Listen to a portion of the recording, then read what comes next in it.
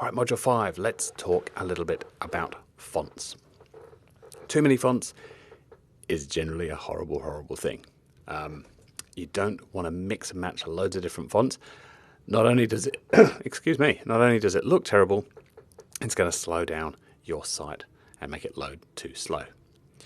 Serif fonts, so if you look at the word serif here at the top, you've got these little extra sort of flourishes on the end of the letters, and often the letters will vary in thickness. So you've got some thin bits and some thick bits. Versus sans serif, which is a plainer looking font, but that works much better on screen. It's much more readable on the screen. So use sans serif fonts for your screen. Use serif fonts like Times New Roman were wonderful for newspapers. And then when everybody started building sites, they thought, oh, we all use Times New Roman, we'll use that. But it looks horrible on a screen. So you've got stuff like, gosh, I don't know, Verdana, Tahoma, Arial, yes, Helvetica, and a whole stack of others that no doubt your web designer will know all about.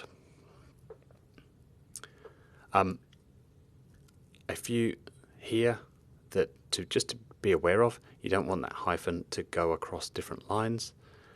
You don't want big contrasting colors. Black on white. Books are black on white for a reason. Yes, it's probably the cheapest way to print stuff, but white on black, and there's still a few websites around with white on black, unless you're selling grungy stuff to a bunch of teenagers and you're in the skateboard industry or something like that.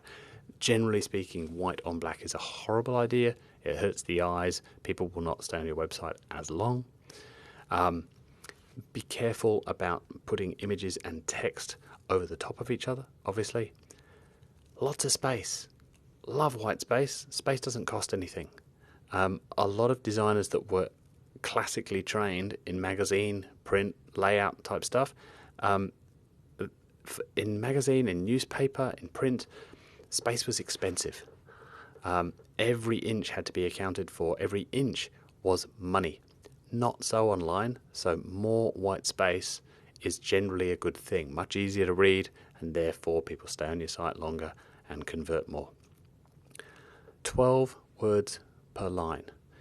The other way of thinking of this, what I was first taught was 65 characters per line, which works out to be roughly 12 words a line. You don't want 20, 25 words per line, because the eye finds it hard to track all that way along. And when it goes back to the beginning of the next line, when it goes all the way back over to the left, the eye can then get confused and jump to the wrong line. If you keep the line width fairly short, which generally means use a slightly bigger font. Don't forget that half of the people looking at your site have got dodgy eyesight and probably should be wearing glasses and maybe aren't. So bigger fonts and less words per line. Having it be a little bit bigger than you think is necessary, or bigger than your designer thinks is necessary, is generally going to be a good thing.